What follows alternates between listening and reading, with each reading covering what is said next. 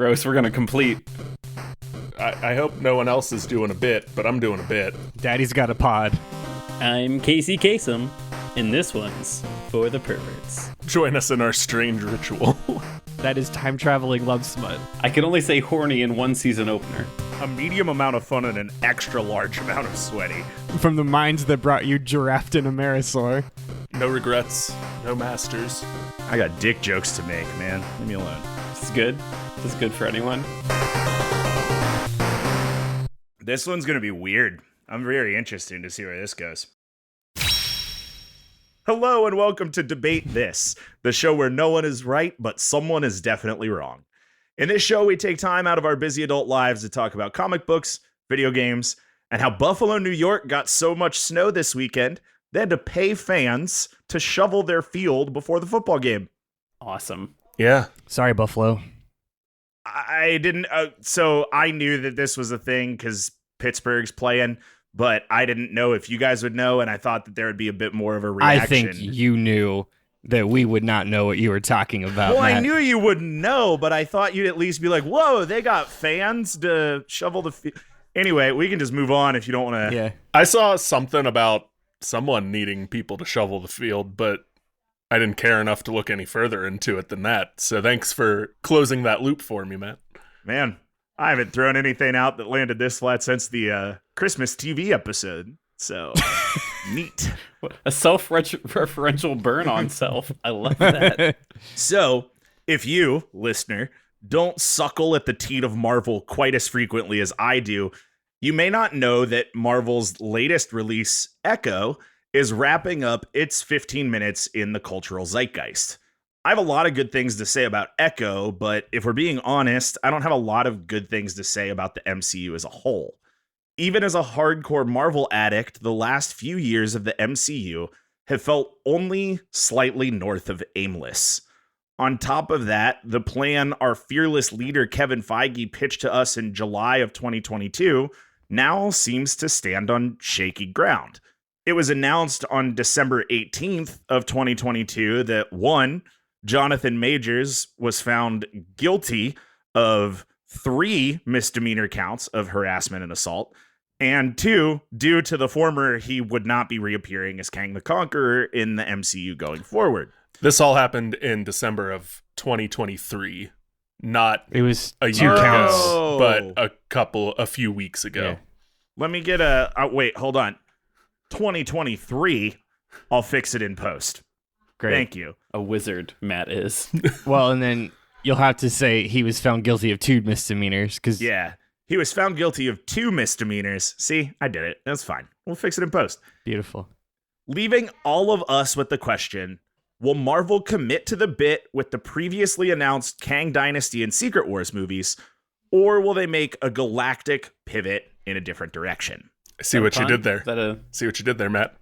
That's good. Good. That was good. Well, I was working on editing the podcast when I heard the soft tapping of stones against my window. I looked out to see a man in a gray hoodie and a baseball cap that 100% definitely isn't Kevin Feige. Why hasn't he been acknowledging the restraining order that you've put against him? I thought that he downloaded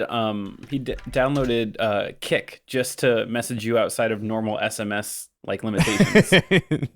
There's no paper trail. Yeah. Well, there is a paper trail because he tossed me a note that said, "Hey, Matt, could you ask the team at DT!HQ what Marvel could do instead of sticking with Kang Dynasty?"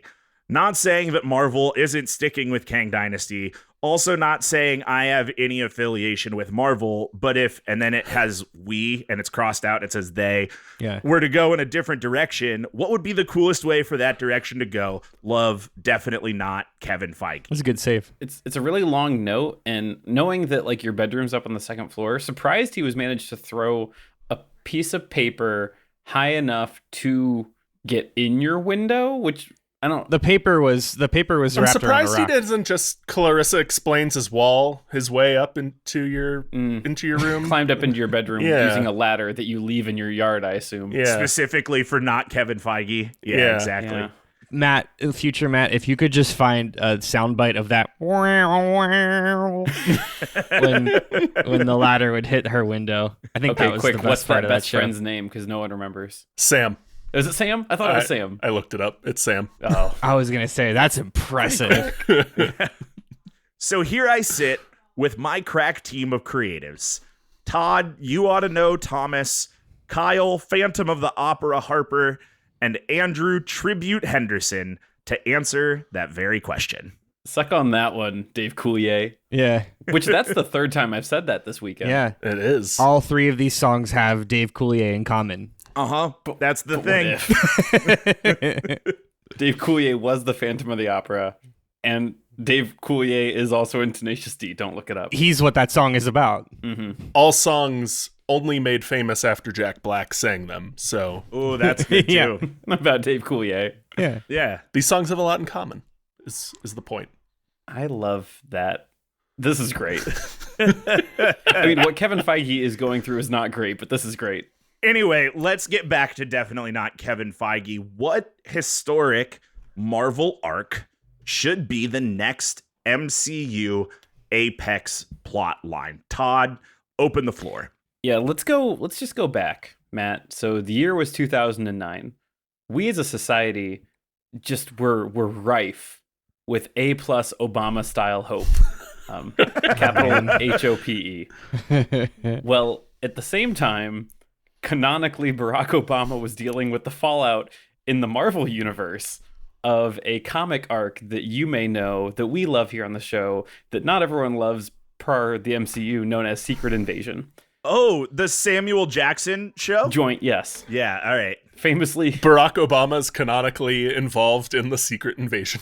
Yeah, he's the one that becomes Super Skrull when Amelia Clark originally siphoned off of Barack Obama's powers. Oh, Barack Obama has a beefy arm? I didn't know Barack Obama had a beefy arm. not because just he's one. a Skrull, just because. Yeah, I mean, canonically in the real world, he's a very fit man. So the point here being that Marvel at the time, they were dealing with a bunch of non-Amelia Clark Skrulls, and the team that was partially responsible for the dub that they pulled out over them was a group that we learned to know as Norman Osborn's Dark Avengers, or as he called them, the Avengers. So when no heroes could be trusted, Norman rolled in with a bunch of masked weirdos that looked approximately like a former lineup of the Avengers. So like the lineup then was Ms. Marvel, who we now know as Carol Danvers, Captain Marvel. To make that further confusing, a character named Captain Marvel, who was Novar, which, boy, that sucks. And this is all like Norman Osborn's Dark Avengers, but it's Ms. Marvel, it's Captain Marvel, Hawkeye, Black Suit Spider-Man, Wolverine, Sentry, and then Ares, the God of War. So those familiar with that source material... one of those things is not like the others. well, wait.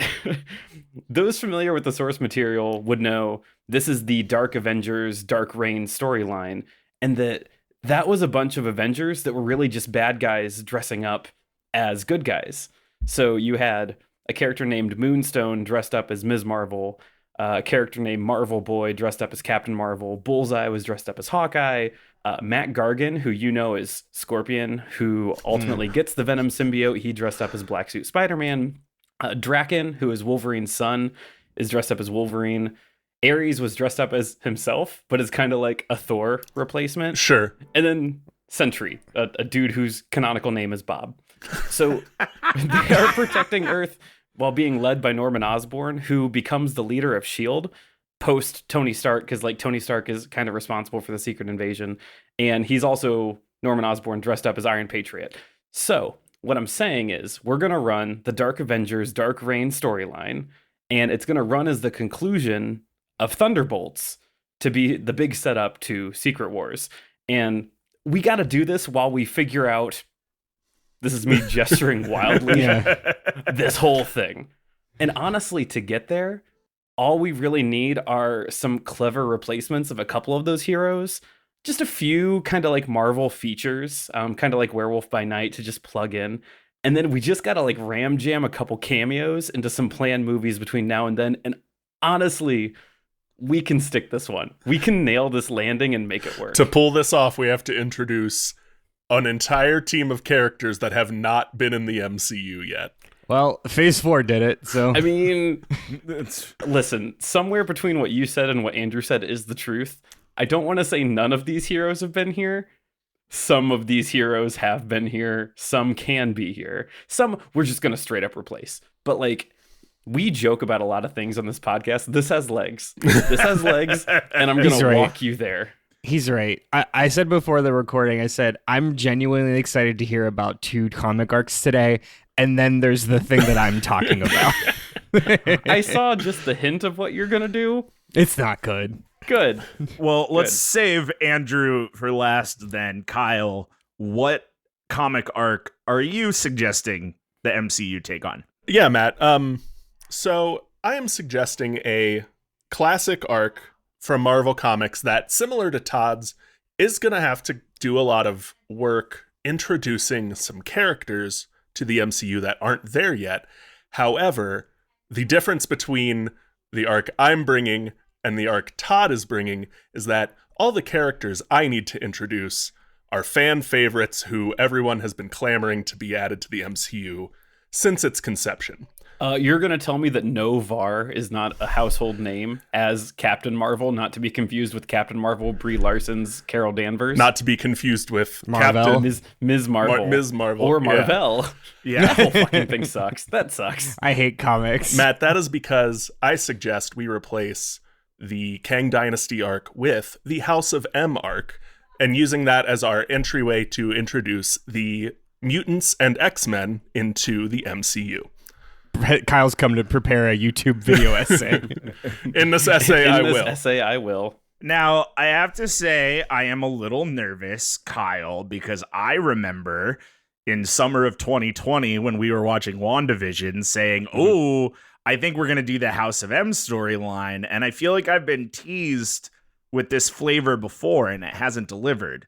So do you feel as though you can do what the MCU has already done, but better? We've collectively been edging over House of M for about 3 years. Yeah, so... it's time to get that release. And gross, we're going to complete. It's only going to take 3 more years. So I think with that 3-year on-ramp and using the already popular character in the MCU, Wanda Maximoff, as our focal point for it, I do think we can land that plane finally, Matt.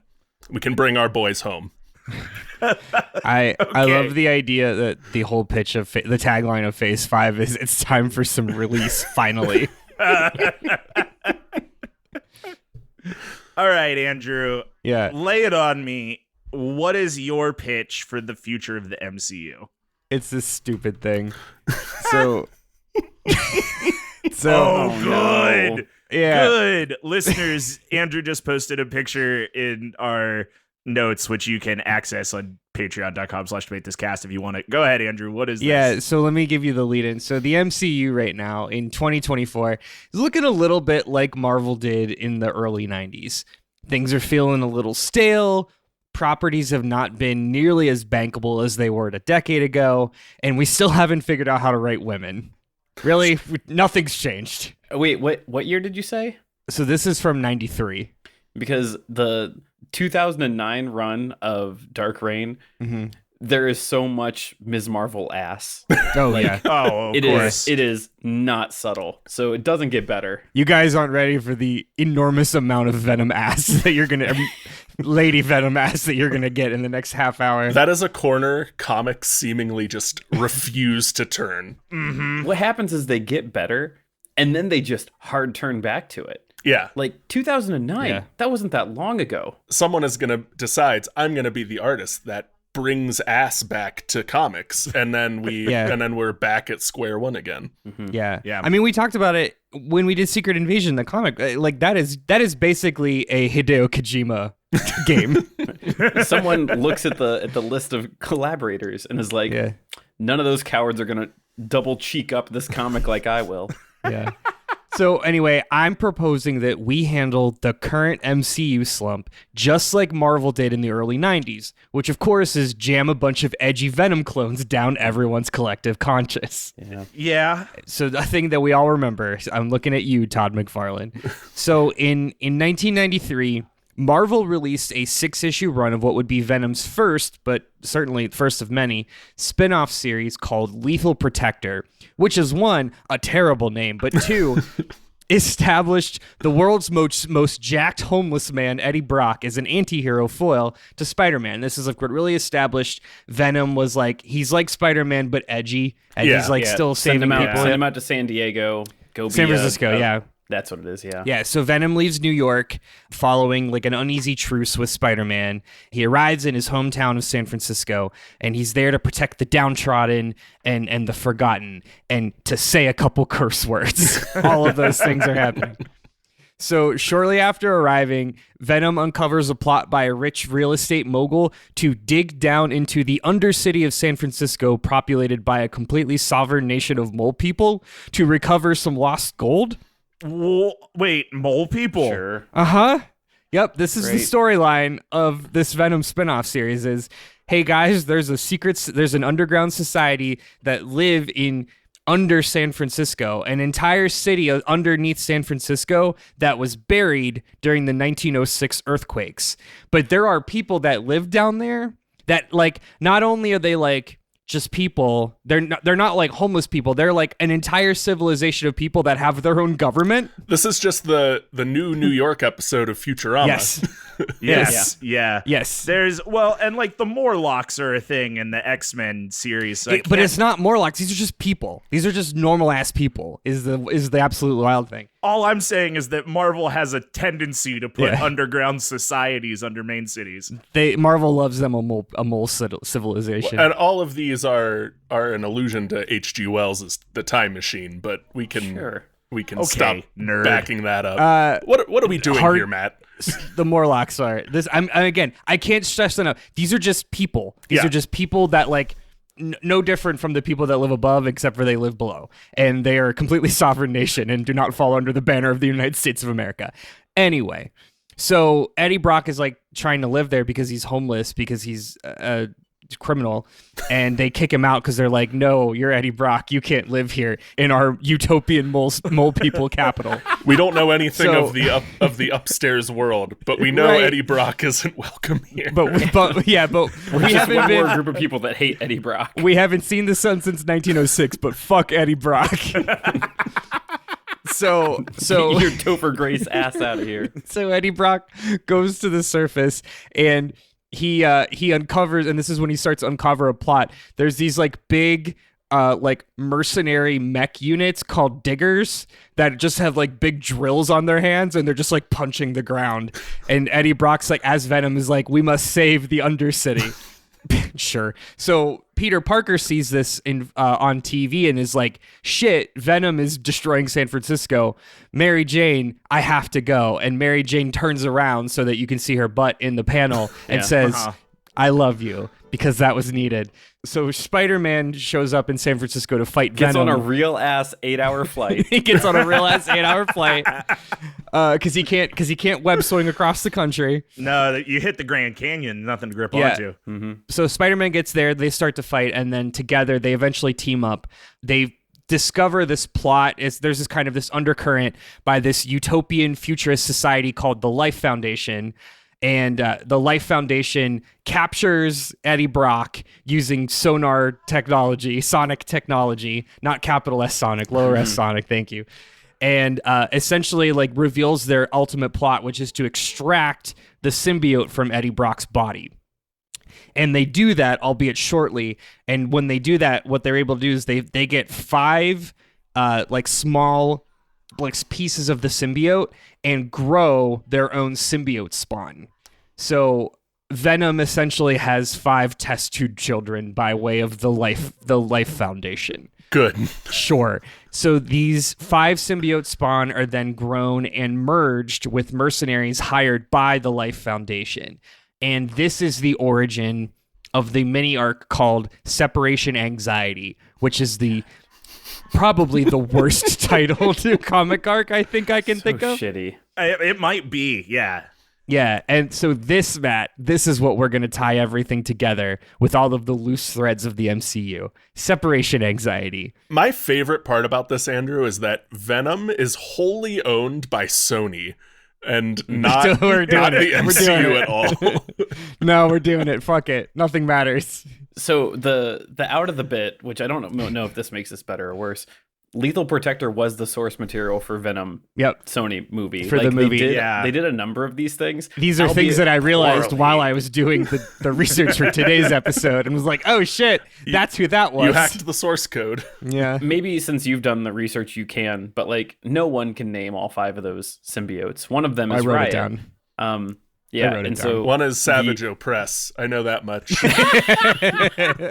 So I should explain this comic cover that I've, because it is Please, as yeah, bad do. as bad as this arc is. This comic cover, I kind of want to get it framed. It kind of rules. It kind of rules. It's the 5 symbiote spawn, which they all look like, they all have a different color. They look like Power Rangers. Mm-hmm. And 2 of them are women, so they have like awesome like glam rock metal hair. Yeah. But they're all kind of like huddled around Eddie Brock, just looking like they're all 5 of them together going to sexually harass Eddie Brock. And it's very funny. yeah, they're all just like dragging their fingertips across his face. And Yeah. Riot's gonna put his finger into his mouth.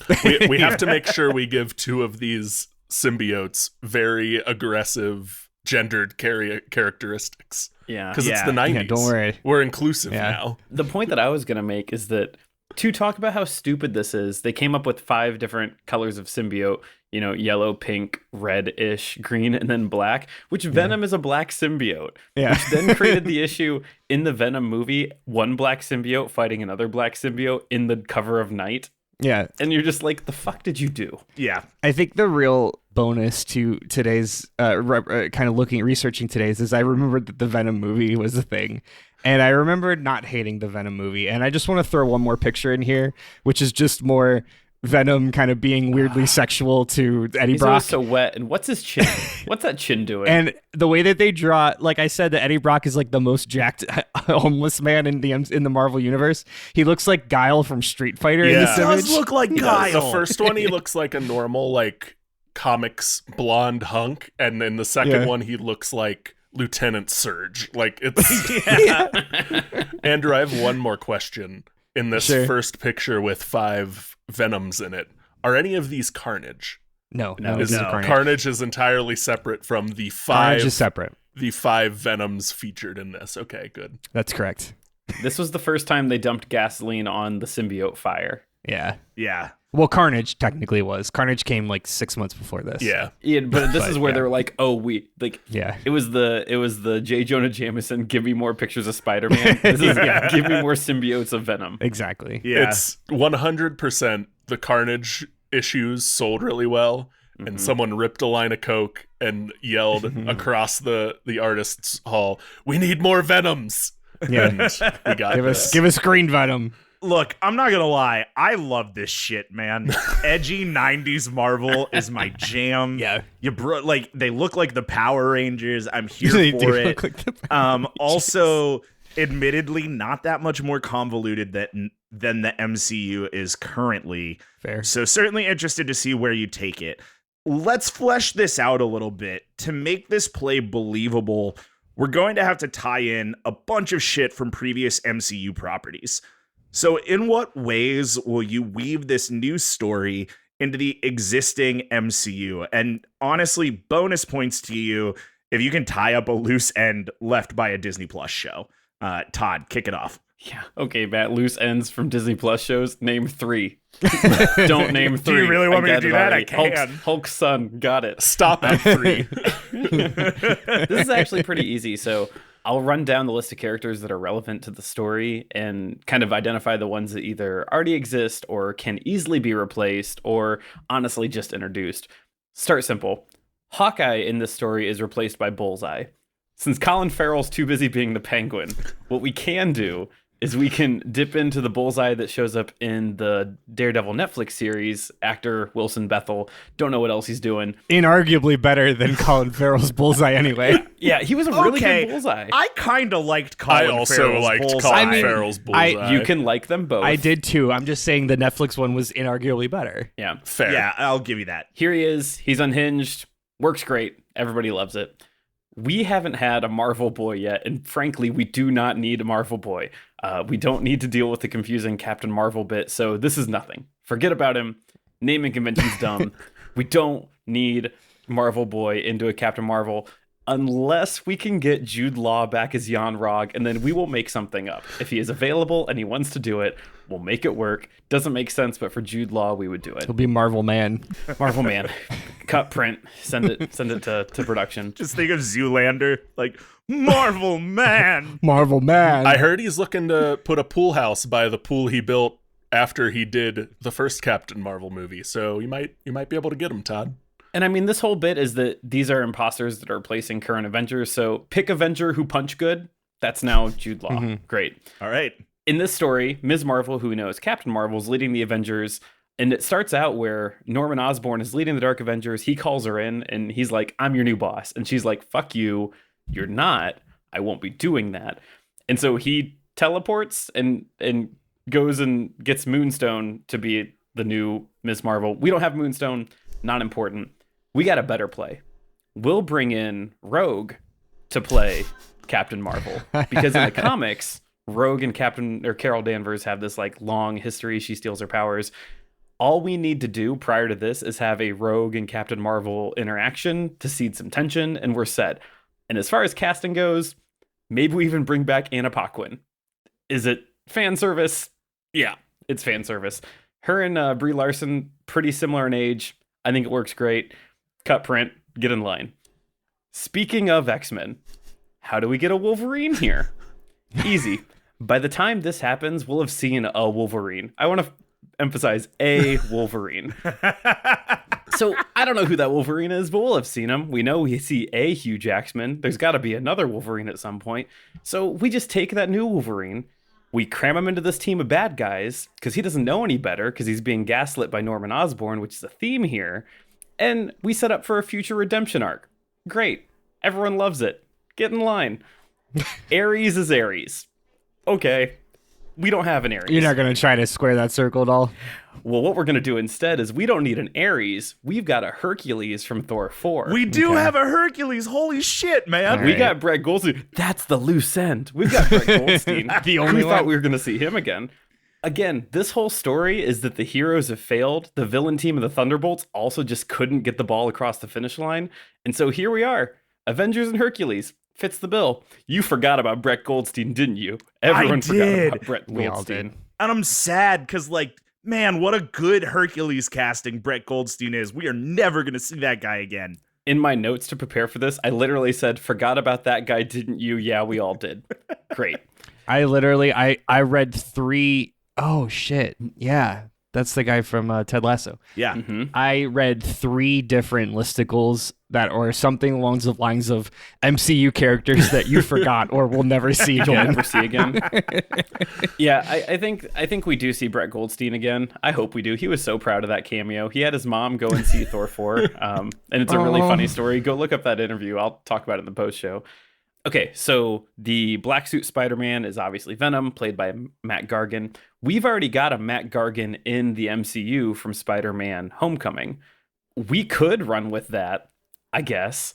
In this story, Matt Gargan currently has a symbiote. He's this crazed evil Venom, but we're going to ignore all that. We're just going to use Tom Hardy, and here's how we're going to do it. So in that story, Norman offers Matt Gargan the ability to control his Venom cravings, and he like basically turns him into Black Suit Spider-Man. It doesn't go well.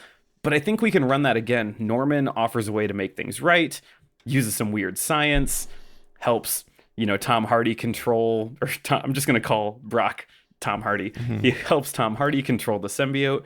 And this also gives a direct reason why he would have the Spider-Man emblem on his chest, because you are masquerading as Spider-Man. We clear so many issues right then that no one has a plan to fix. That is baby math. Baby math for babies. We did it. Now, Sentry is on this, and we're getting Sentry in Thunderbolts. At least I think we're going to if Steven Yeun's recasting goes well. So, continuation of Thunderbolts, which is maybe the end of Phase 5. I don't know. No one's keeping track of it anymore, so... Question for clarification, though. Dark Avengers and Thunderbolts are different things, right? These aren't the same thing with different names? They're two different bad teams. Thunderbolts are more of a Suicide Squad in Marvel, Yes. and Dark Avengers are more a Legion of Doom. Yeah. If we're making DC parallels. Okay. Yeah, it's that what is it? The rectangle is a square, but a square is not a rectangle thing. Yeah, Sure, that one. yeah. There is certainly carryover. Yeah. The Dark Avengers are just pretending to be Avengers, and then in the end it's, oh shucks, they're not the real Avengers. Yeah. So, talked about Thunderbolts. Speaking about Thunderbolts, we know Valentina Allegra de Fontaine is in there somewhere, presumably leading that team. Well, that team fucking failed. It failed. Did a bad job. So, that is how we won't have her being the lead. She'll still be here, but that's how we get Norman Osborn to lead. And no, it's not William Dafoe. Though I do love that. I think that's very, very great. And obviously that lets us tie back to Spider-Man lore, and people would love that. But we're going to get to that casting later. And also, I want to talk about Norman Osborn for a second. His superpower is fucking gaslighting. That's what he does more than anything else. He gaslights everyone in this.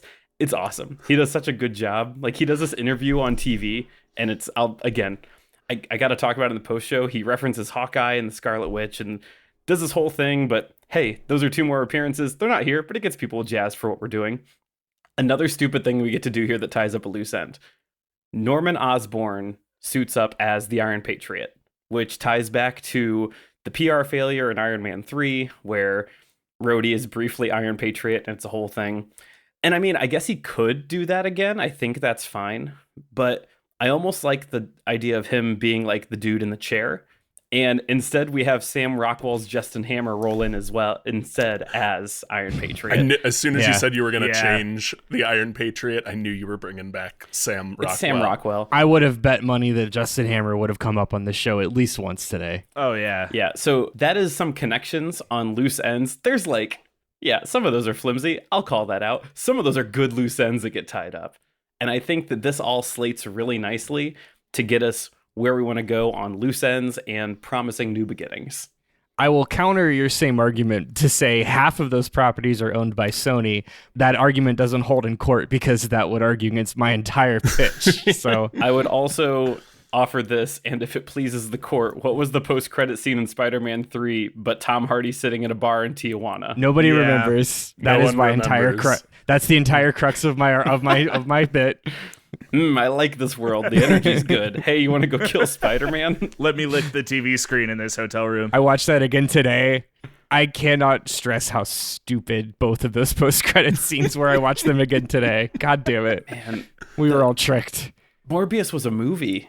Yeah, Morbius was a movie. Madam Web is going to be a movie. Oh, Madam Web is a Guys, movie. we have to do a post show. Let's finish the episode and then we can do the post show. Kyle, talk to me about House of M. Todd tied up some really good loose ends. I'm pretty impressed. What are you going to do to work your story into the existing MCU? So, Matt, I should have mentioned in the last question, it can go here.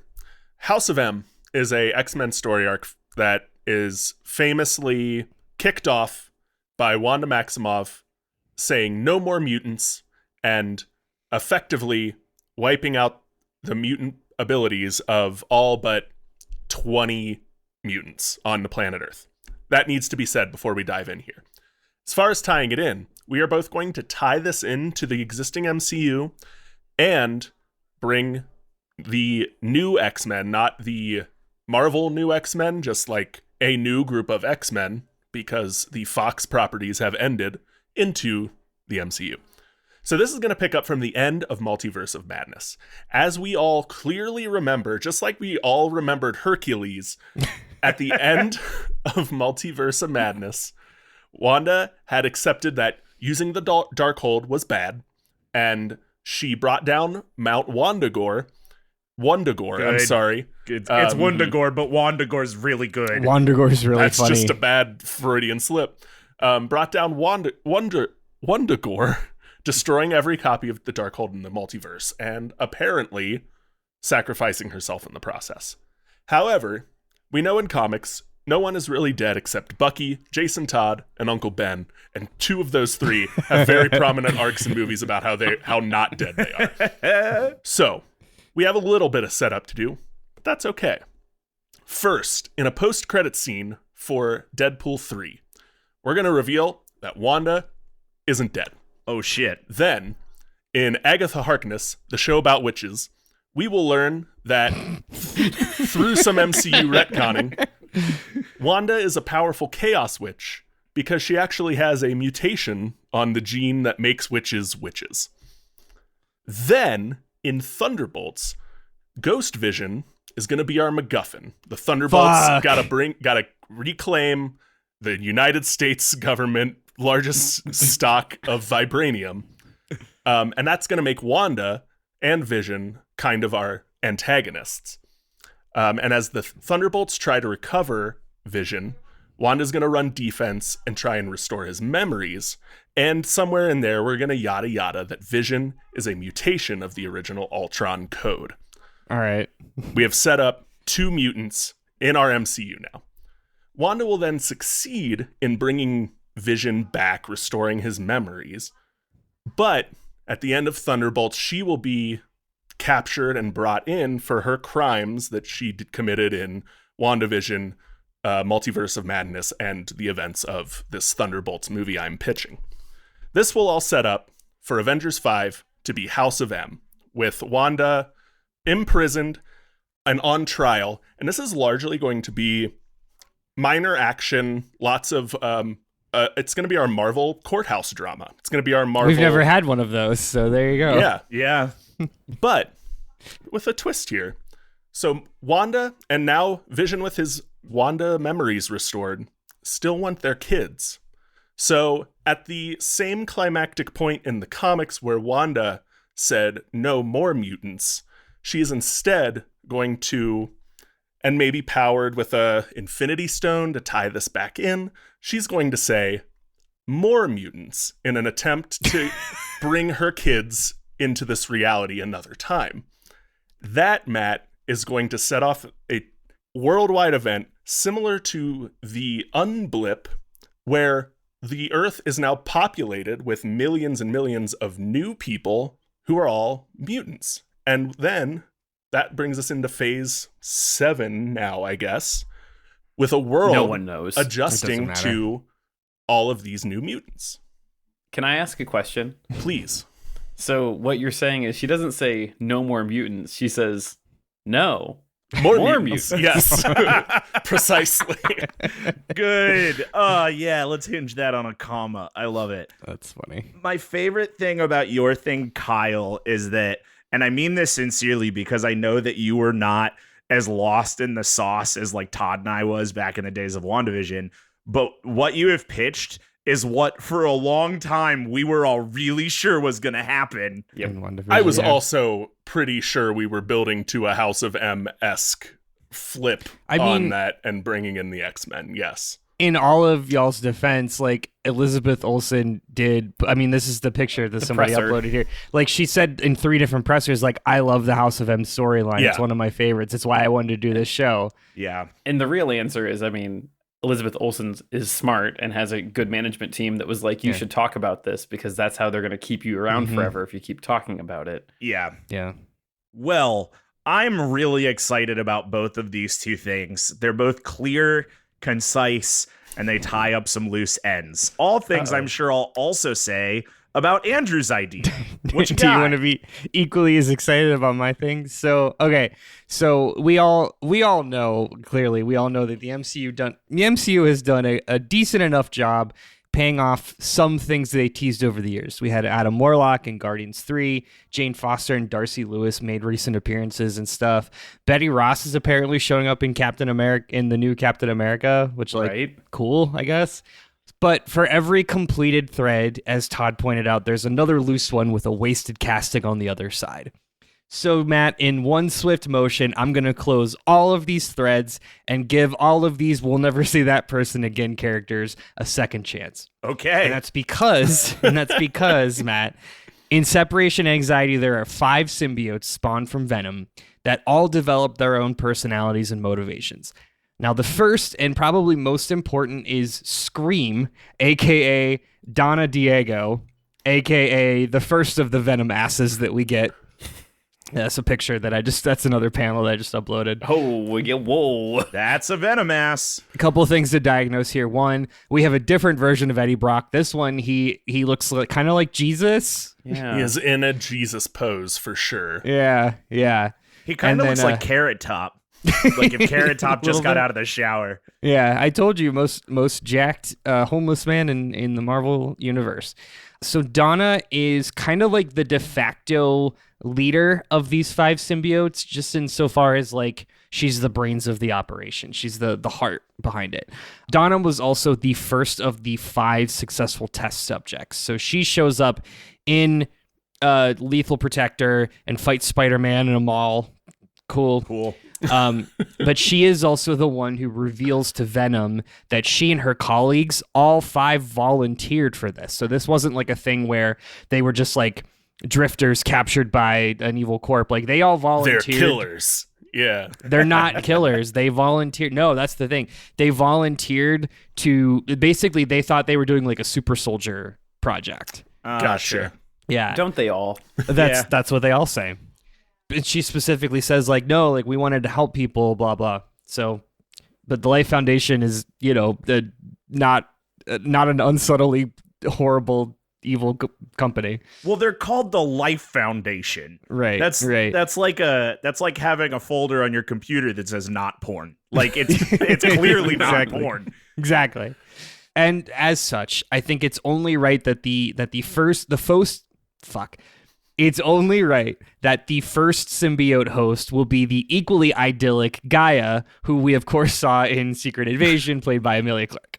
You're giving the most powerful being in the known universe just a little more power. Now, here's how we tie that up, though, Matt, because we left Gaia saying, what are we going to do with her? She has all of the power. She is the Metal Dracula of Marvel. Well, everybody knows that the symbiote easily overwrites genetic code, Matt. So that when the symbiote infects her, it just overwrites everything else. It just eats up. The symbiote just absorbs all of that power, eats it up, and digests it. So now she just has symbiote powers. Done. Check. Wow. So instead of adding the symbiote to her list of powers, it's actually a convoluted nerf, is what you're... Yeah, it's a convoluted nerf. Okay. A simple nerf, Kyle. Okay. Now the other 4 are less important but still relevant. We talked about Riot. So the comic Riot, aka Trevor Cole, this one is tough because, as Todd mentioned, Riot is the antithesis Venom in the 2018 movie. However, Riot was the transformed version of Carlton Drake, played by Riz Ahmed, who was like the main antagonist in the original Venom movie. But nobody remembers that movie happened, and I didn't remember this was a plot point, so like, who cares? Yeah. So Riot is going to be hosted by Star Fox, not Nintendo's Star Fox, but Harry Styles. You brought Harry Styles' arrows to this? Yeah, because... Tell me were we ever going to see Harry Styles in the MCU again? You're taking Thanos' brother and giving him a symbiote? Yeah, that's my I'm not arguing with you. We were never going to see Harry Styles ever again, but like what a terrible person to give that much power to. Wait, now I'm trying to... So you've got 3 more. I'm trying to think what other cutting room floor actor cameo you're going to... Todd, it's going to be stupid. It's going to be stupid. Hulk's son is one of these answers. It's not. Yeah. So next up we have Phage, Phage. So this is Yellow Venom, aka Karl March, who he's going to be connected to. He's going to be connected to Roman Day, who you may remember as John C. Reilly in Guardians 1. Oh wow! Who we all thought would be something.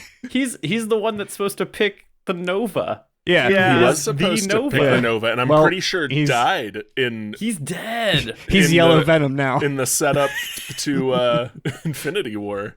Oh, you mean that throwaway line where they're like, "Oh yeah, The Nova Corps is dead. he blew up that whole planet to get the Power Stone." As we've all established, the only true canonical death is Uncle Ben. So Fair John enough. C. Reilly is not only alive and kicking, but is Yellow Venom now. I have to take that that cold water thrown back in my face. Yeah. Yeah, you do.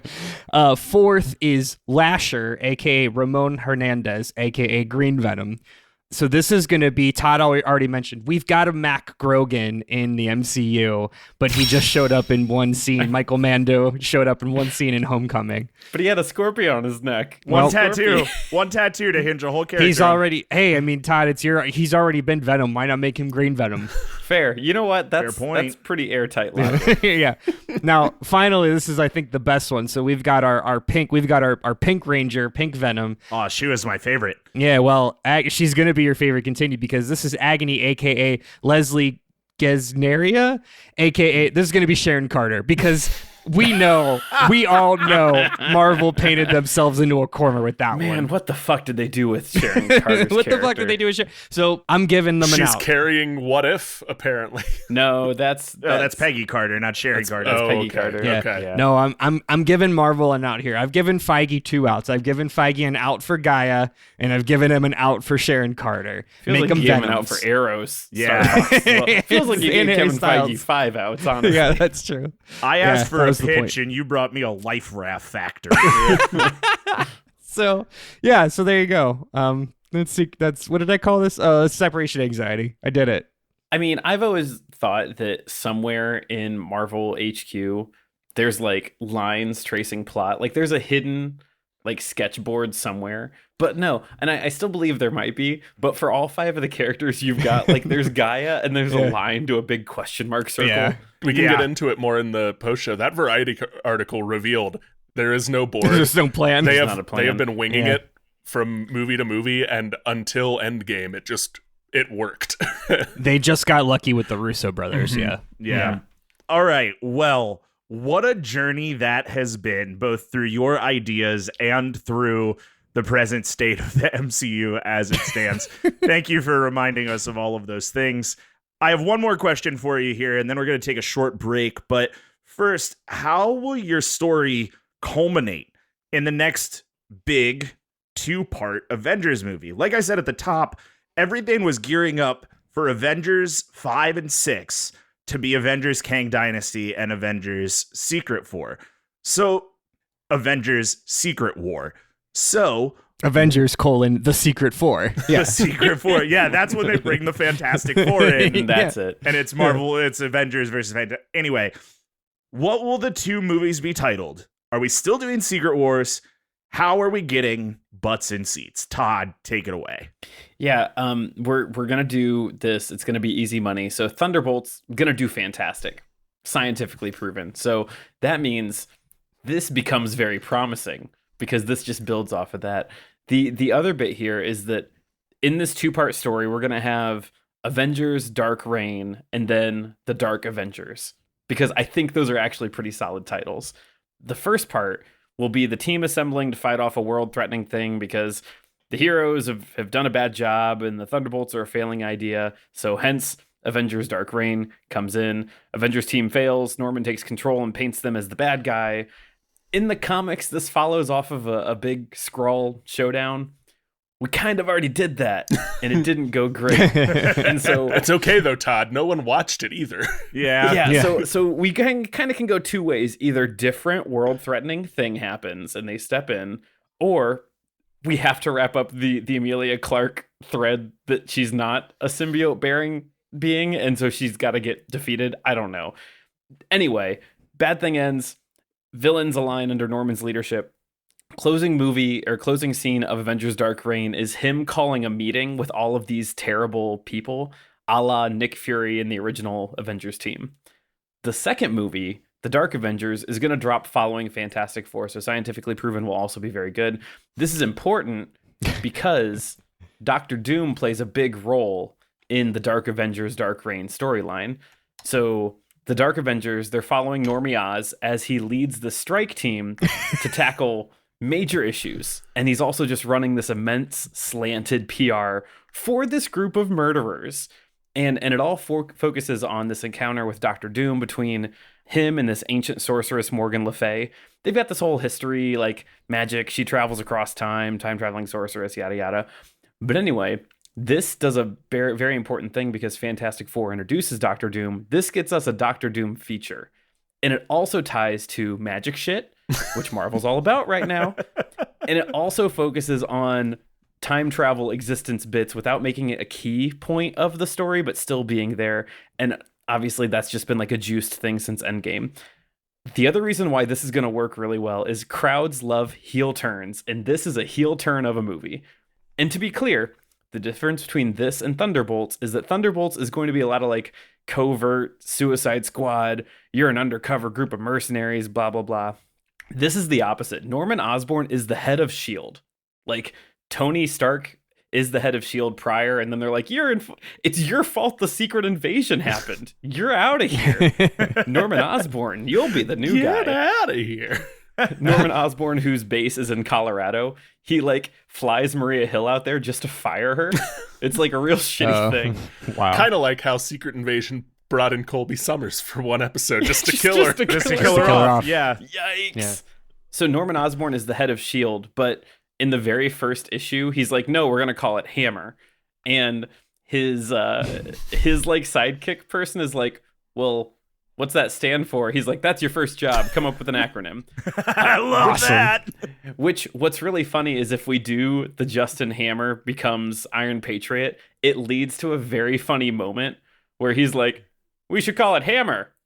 And he'll be like, no, we're not going to do that. He's like, nope, I already branded it Hammer. And like, it's largely all done out in the open. It's very funny, but the whole thing is it's not covert. Everything they do here is just out in the open. 2-part, works really well. In the end, the team falls apart. Honestly, Dark Reign becomes pretty convoluted at the end. They wage war against Asgard that's over Oklahoma, so we're not going to go that far. But like, the bones are there. It's got good bones. Does it? Man, how often is that where like a comic arc like starts out really promising and then it just gets too convoluted, too Yeah. up its own ass? All of them. Oh yeah, every single time. It is really, really good. Like, they do a thing in here that you know, fuck, who knows what we get of Kang, but like, they do a thing with Morgan Le Fay. Like, she shows up, she's fighting Doctor Doom, and he does something, and she's like, I knew you were gonna fucking do that, and she like counters him, and then like the Dark Avengers show up, and like one of them kills her. Sentry like blows her head up, and then she shows back up and like makes him disappear. Oh, And then That's like cool. I think they kill her again, and then she shows up and freezes Ares into stone. Like, she kind of does like the Batman knows how to kill everyone thing, Oh yeah. but like yeah. she keeps going back in time to figure out people's weaknesses, and then so when they kill her, she's like, "Fuck you, I'm back, and now you're gonna die." That's cool. That's tight as That hell. is cool. Mm-hmm. Yeah. It's pretty good. I also liked Loki season 2.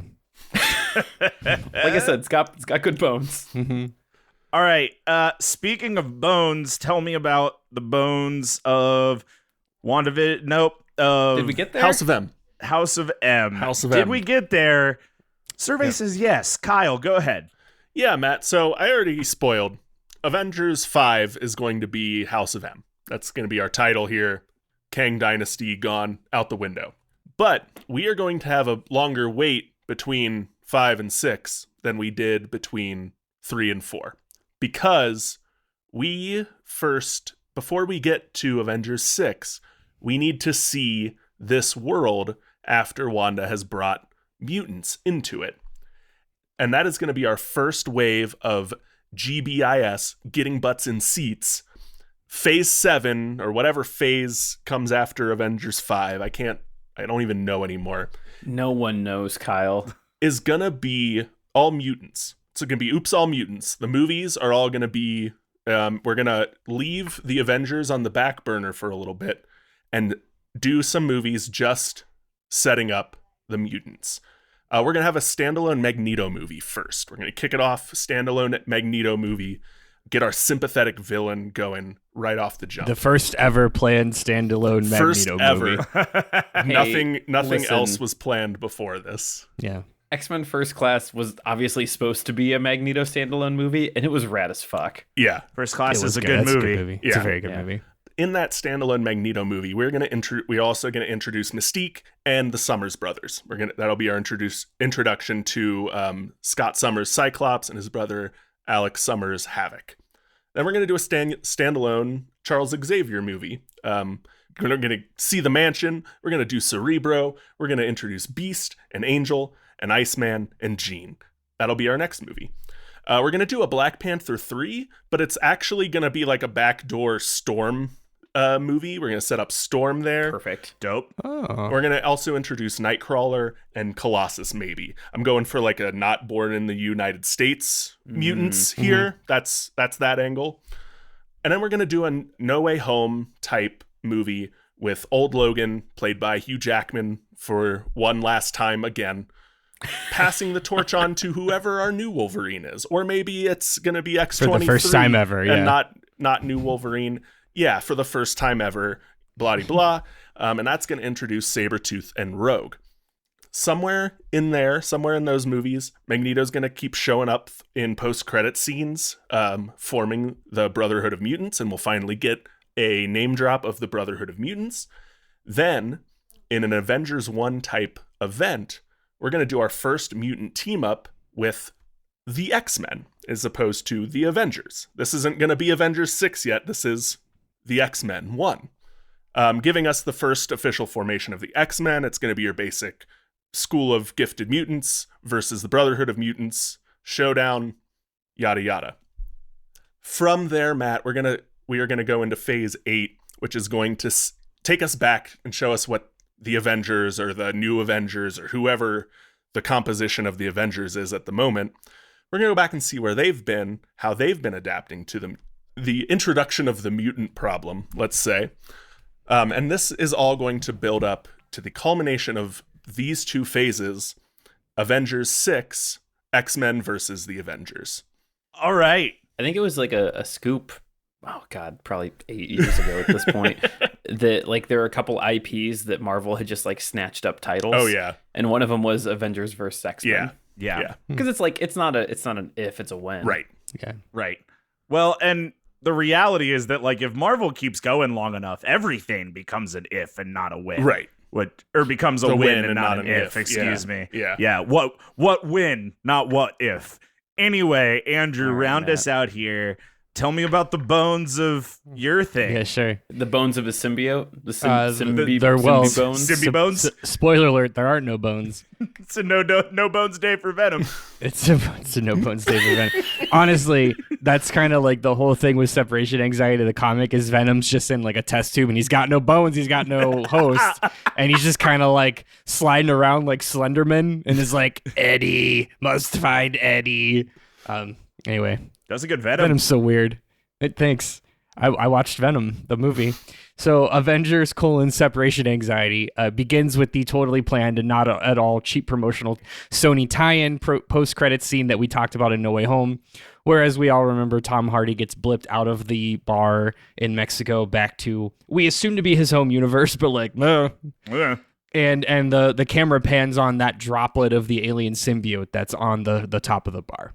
So, as we also know in the MCU universe, the Life Foundation doesn't exist. They were the main protagonist in the Venom movie, in the Sony verse. They don't exist in the MCU verse. You know who does exist in the MCU verse? Who's always ready to do black science or dark science?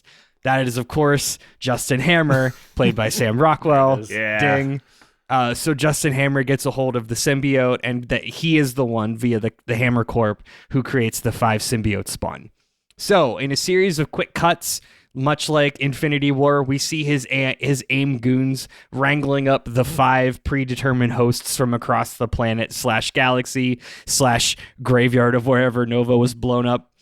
And of course, some of these are more willing than others. I would assume that Mac Gargan is a lot more interested in becoming a Venom than John C. Reilly is. Now, the title Separation Anxiety works on 2 levels. Yes, it's separation anxiety because it's a retelling of the comic arc, but it also refers to the state of the Avengers. This is where this is a real thinker, right? Okay. Because the Avengers are all off, dead, straight up missing, or just like doing their own shit, doing their own little side quests without contact from anyone else. So this is really going to be this like this tale of all of these new disparate heroes finding each other for the first time, much like the original Avengers movie, but like catching up with the state of the world and face off with this new threat. So movie number 2 will be the resolution of the storyline, which we're going to call Avengers Cognitive Behavioral Therapy, which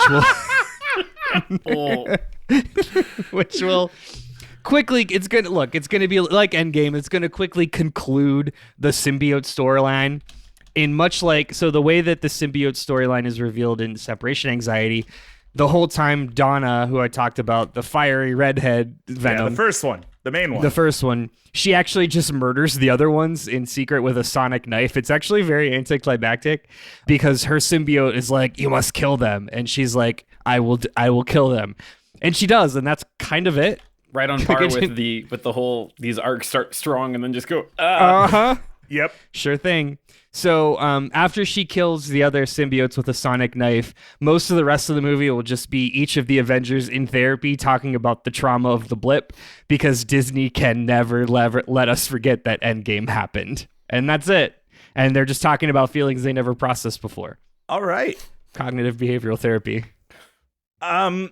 I really like Avengers CBT. I think that that's really funny.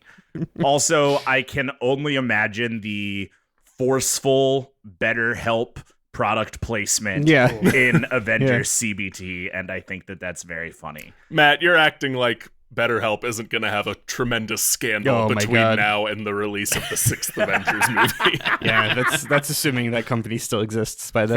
Fair point. All right, so it is time to take a quick break here. I need to go convene with definitely not Kevin Feige, who I think is still out on the sidewalk, and it's cold out there, so I want to get back to him quickly. But I do know I made a motion that I was coming down, and he said he had one more question. He threw another paper note up to me. Incredible aim to get it in the second story window.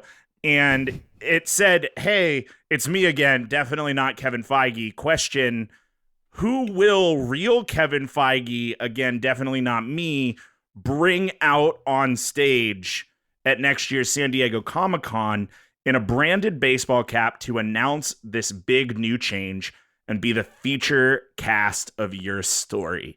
I need to go out and check on Definitely Not. Kevin, you guys take a minute to think of your answers, and I will hear them right after this.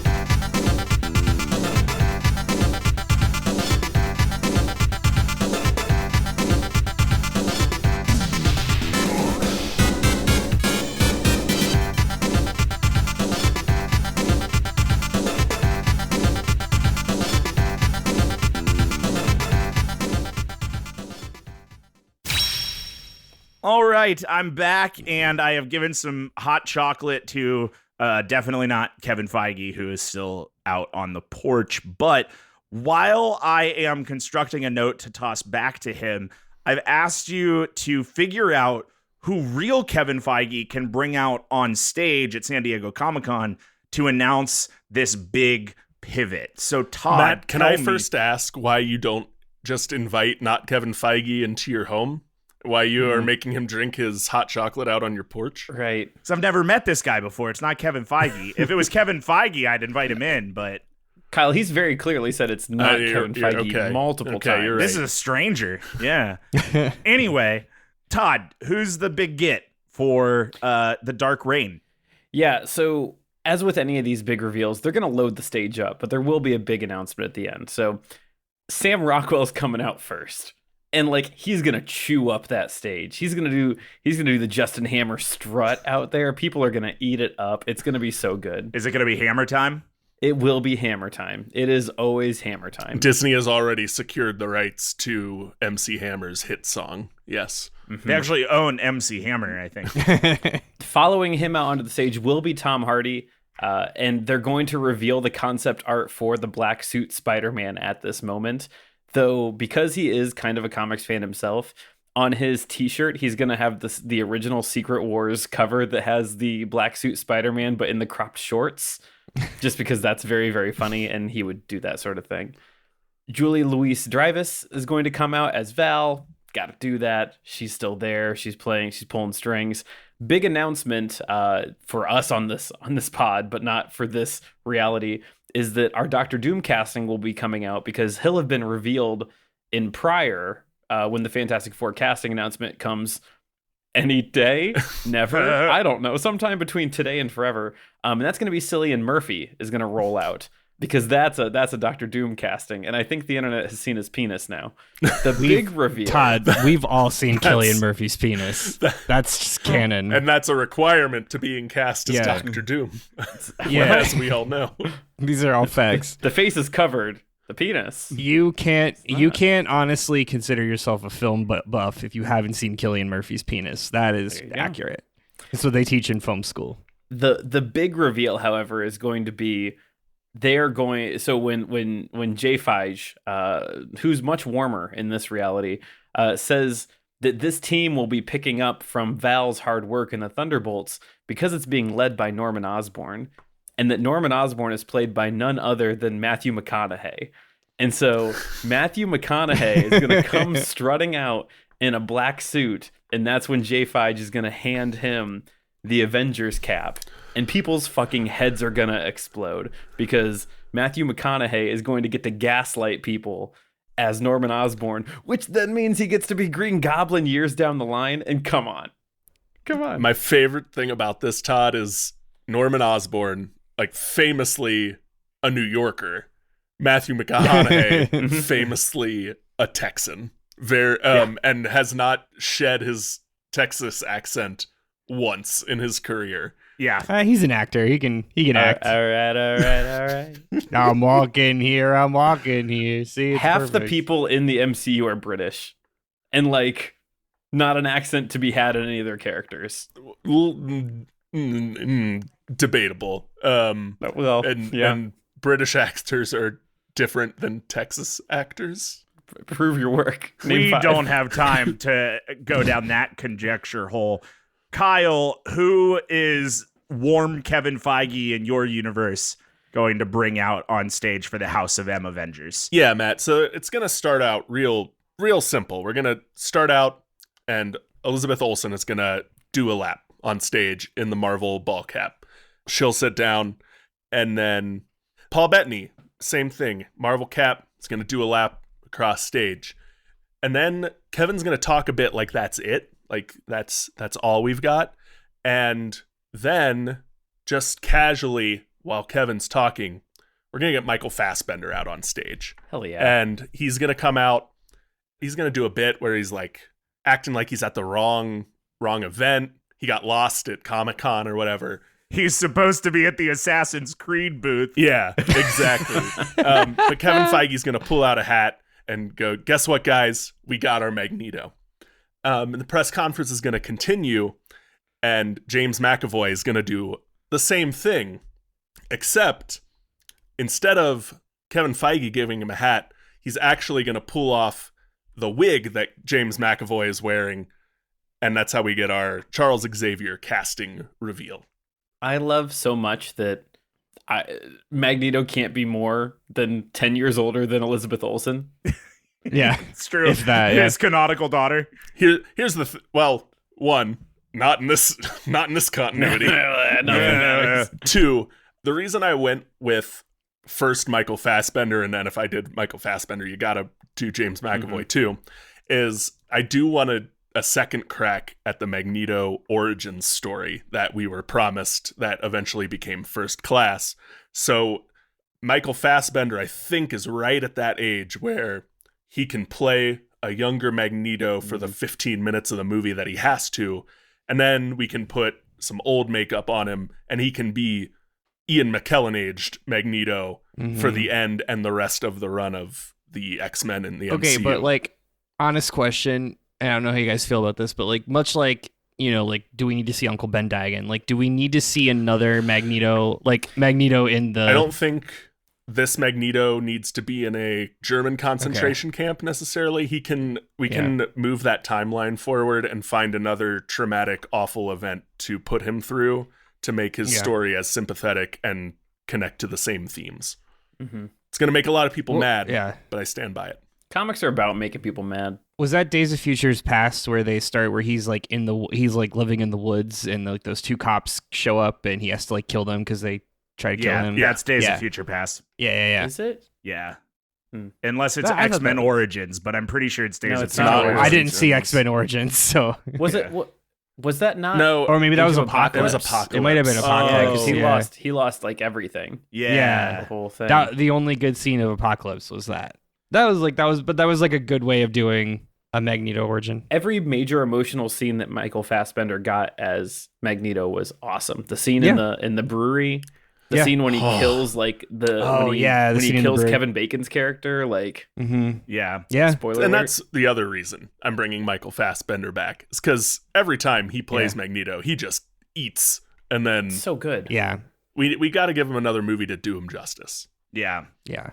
All right. Well, Kyle bringing Fassbender back. Andrew, who are you sending out on stage with your universe's heated up Kevin Feige? Sure. So Kevin Feige at a perfectly normal room temperature is going to come out. He's going to be wearing a red like Power Rangers hat first, right? And everyone's going to be like, why is he wearing a Power Rangers hat? That doesn't make any sense. Like, and it's going to be one of those things where like, what is he referencing? Is it a vague reference? Is it like, are we bringing back like an old Power Ranger? Like, what's happening? Well, and then he's going to say, everybody welcome my best friend, Woody Harrelson. And then Woody Harrelson comes in. No. With the best wig you've ever seen. With just a busted ass wig. But he's also, Woody's wearing like a Spawn Todd McFarlane shirt, right? So now you're like, what the fuck is happening? We got Feige wearing Power Rangers. We got Woody Harrelson in a wig wearing Spawn. What are they doing? Well, then they explain, and I don't know exactly how they're going to reveal it without spoiling it, but basically the big reveal, come to find out at the end of Secret, what's my thing called? Separation Anxiety. The end of Separation Anxiety is Justin Hammer is actually also infected with a symbiote, you guys. And not only is Justin Hammer infected with a symbiote, Justin Hammer is Carnage in the MCU. Oh, God. What? So here's what happened, right? So Tom Hardy got not a blipped into a tech-based bar. villain at all. Yeah, No. sure. Famously not a tech-based villain. So Tom Hardy winds up in the MCU, right? Well, we just saw that. We just saw that and thought that was like plain fun, and just like assumed that no other symbiotes got blipped into No Way Home. But they did. Woody Harrelson as Carnage got blipped into. But again, Sony owns these properties, so it's not Woody Harrelson playing Cletus Cassidy. It's just like the Carnage symbiote infects Justin Hammer, but the voice of Carnage is Woody Harrelson. Oh, you're going to go that far. Doing a Lou Ferrigno type cameo. Yeah, nothing matters. You know what I mean? Wow. All right.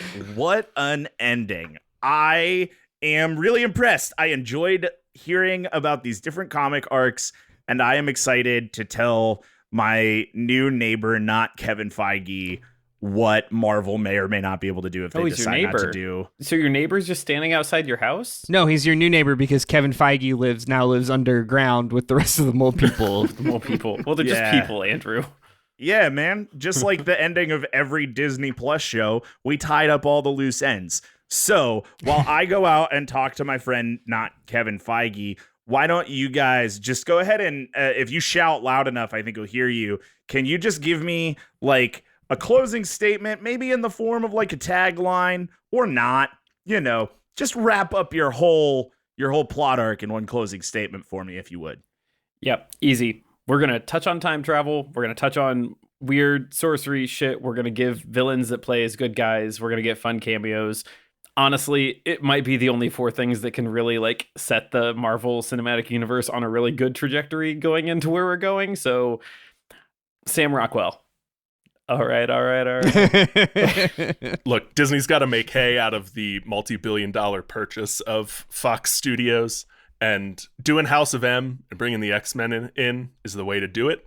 And as for a tagline, it's easy. X gonna give it to you. Shit. Yeah. Marvel figured it out in 1994. Sony figured it out many times.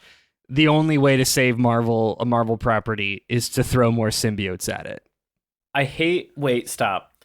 I hate what you said, but like that argument But has you respect my absolutely right been, to say it. Yeah, well, barely. That argument has definitely been made in closed door rooms of decision makers. Yep. Yeah. Yep. Yep. He's out of line, but he's right. Yeah. All right. Well, I'm going to go chat with not Kevin Feige. Why don't you guys give each other some good vibes? Yeah, I love House of M. I was huffing that copium. I thought we were going to get that. I mean, When it wasn't Mephisto, we really wanted Yeah. it to be House of M, and we didn't get either. Yeah. if anything tempered my expectations, sorry, this is no longer a compliment for you at this point, Kyle. If anything tempered my expectations, it was the first like 2 outings of D+ shows that I was like, oh, we should stop Yeah. thinking Yep. that a Marvel property is going to immensely launch the window open further. Yeah. As Loki was wrapping, that's when I fully gave up on like, oh, they're not seeding anything No. that deeply. They're gonna tell us to our faces with adult words what they're doing Yeah. next. There's cool stuff, but like you don't miss immense things because they realize they can't do that. I do love House of M. Man, I loved every time Michael Fassbender was Magneto. That's so good. Hey, remember White Vision? I remember White Vision. You brought up White Vision. That's fun. Talk about a loose end that flew into the sky that maybe we'll see in Armor Wars, a movie that's totally getting made. I thought there was I like this show. Is it No, a movie now? it's a movie now. It got changed from a show to a movie. Yeah. Andrew is so tired. I'm so tired. Yeah, I love House of M, and I have a really, really, really hard time believing that if Marvel continues to make things, that ultimately we don't get some House of M property. Yeah. Like, how don't you do that? That's so cool. Glad that you brought it. Would love to see it. Andrew, up until about an hour and 23 minutes ago, I loved the symbiotes. Yeah. Sorry. No, there's a graph out there that much like the X-Men family tree is like the symbiote family tree, and it talks about what ones are clones of each other and how they're babies, and that if a symbiote makes a spawn, that spawn is infinitely stronger than the symbiote before it, which is why Carnage is the foil to Venom. I love all that. I hate what you brought. It's, you know Fair. what?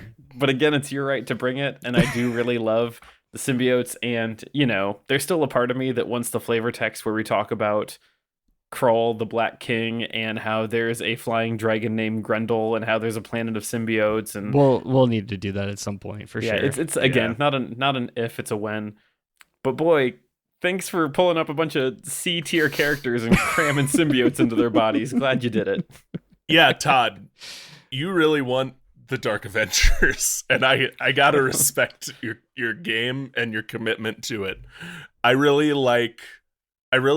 really like Matthew McConaughey as Norman Osborn. I do really like the idea of getting Norman Osborn to be a Avengers level threat quickly, and I like the idea of a Dark Avengers forming. I think we're headed there one way or another. We've got the Thunderbolts.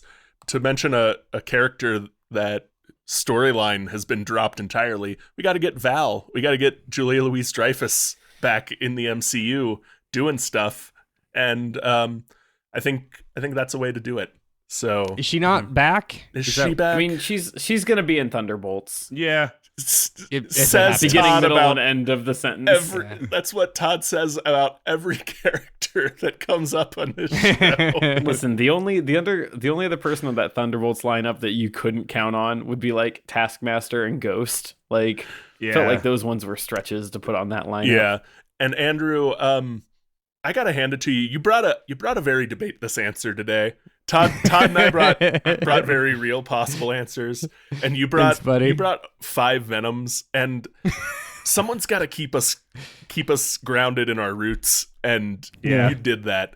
Thanks. I do think this would make a good movie or a show, actually, when the MCU is like, what are we doing? We need more stories to bring in. Maybe like a low budget cartoon. Yeah, maybe. 5 Venoms. Sure. Yeah. Great. Venom and Pals. Yeah. Tom Hardy loves the role, so he'll keep coming back for it. So why not? Every day I wake up and I'm amazed that the Venom movie exists. And they made a second one. And they made a second a one. third one. The other good vibe I have to give Andrew is you clearly put a lot of work into your answer, and as someone who came up with their answer an hour before the show, I got to respect that. I appreciate that. Todd, I have to say, I don't think I've ever been as sold on the Dark Avengers Dark Reign as I have been in the last hour. Like you said before we started recording that like you read like half of the arc, and I'm probably going to go read it, if not tonight, like this week.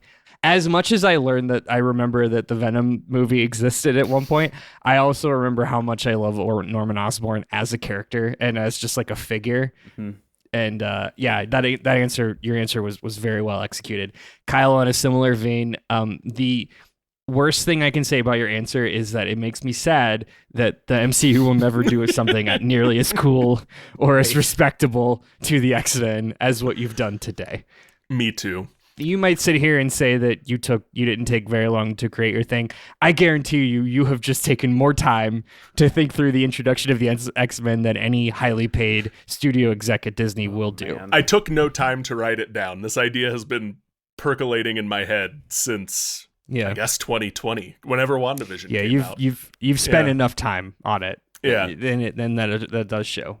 All right. Well, I am back inside, and definitely not Kevin Feige reminded me, A, that he's definitely not Kevin Feige, B, he has no association with Marvel, but he did want to let me know his decision of what he thinks the MCU should maybe possibly be doing going forward. And he gave me a couple of notes to share. Note number one, unfortunately, we are not going to be doing a Dark Reign, Dark Avengers storyline this hate that time. That's the first one out. Super hate that that's the first one out. Not mad I didn't win. Hate that that's the first one out. Unfortunately, not Kevin Feige thinks it just rings a little bit too much like The Boys to do right now. Yes. So we're not going to do that. He's got to get the boys shut down first, and then, then he'll green light it. Listen, if we can recruit Tony Starr to play a character in the MCU, great. That leads me to the next note from not Kevin Feige. He agreed with me. He loves the color, the madness, the pure edge of 90s Marvel comics. But unfortunately, we are not going to be doing a separation anxiety plotline. I agree.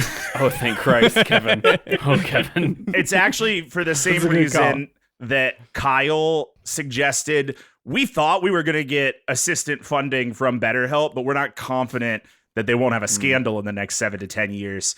So we can't go that direction. Which the right move. What's left out of this conversation, guys, is Kevin Feige wrote "no scandals" in giant marker on a whiteboard in the Marvel offices before he started throwing rocks at Matt's window today. So exactly. Fair. Yeah, you nailed it. So that brings me to you, Kyle. We're doing it, man. It's House of M season. It's Avengers versus X-Men season. We're going to do the thing that everybody's wanted us to do for 4 fucking years. Imagine. 4 years. Imagine. It's a real Mother 3 kind of situation. Oh, boy. Just do it. Just do it. You know it's gonna make a ton of money. It'll just print money if you do it. It'll just print money if you do it. Disney lost what, $1 billion last year? Like, right. Now is the time to break glass in case of emergency. Like, I just want to see Kevin go up on stage and say, like, oh, by the way, and then House of M comes up and he just said, we're fucking doing it. I can't explain to you how we're going to get to it. We're going to do it. Yeah. These people are going to be in it. You're going to show up. He needs to do it like a Switch Online or like a Nintendo Direct when it's like, and House of M is available streaming today. It's got to be like one of those things. Yeah, man. I have wanted this since WandaVision, and I need it. I just really need it. So congratulations to you, Kyle. You are our winner here, and that is going to do it for today's episode. So thanks for listening to Debate This. You can follow along with the arguments on Twitter, Facebook, and Instagram at Debate This Cast, or on our website at debatethiscast.com. Hey, if you have not heard about our Patreon, first off, thanks for listening to your first episode of the podcast. Second off, let me tell you a little bit about our Patreon. We have one. You can join it right now at patreon.com/debatethiscast.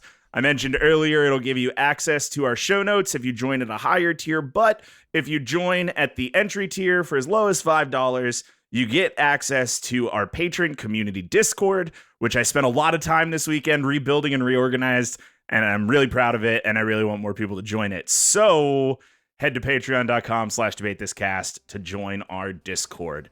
Until next time, I'm Matt Cole. I'm Todd. If you're cold, they're cold. Bring those Kevins inside, Thomas. I'm Kyle, Venom DSM-5 Harper. And I'm Andrew, the House of M don't fall when the bones are good, Henderson. And we're saying thanks for debating with us. And if you think we're wrong, you can come fight us behind the swing sets, nerds. It's really fucking funny. Thank you.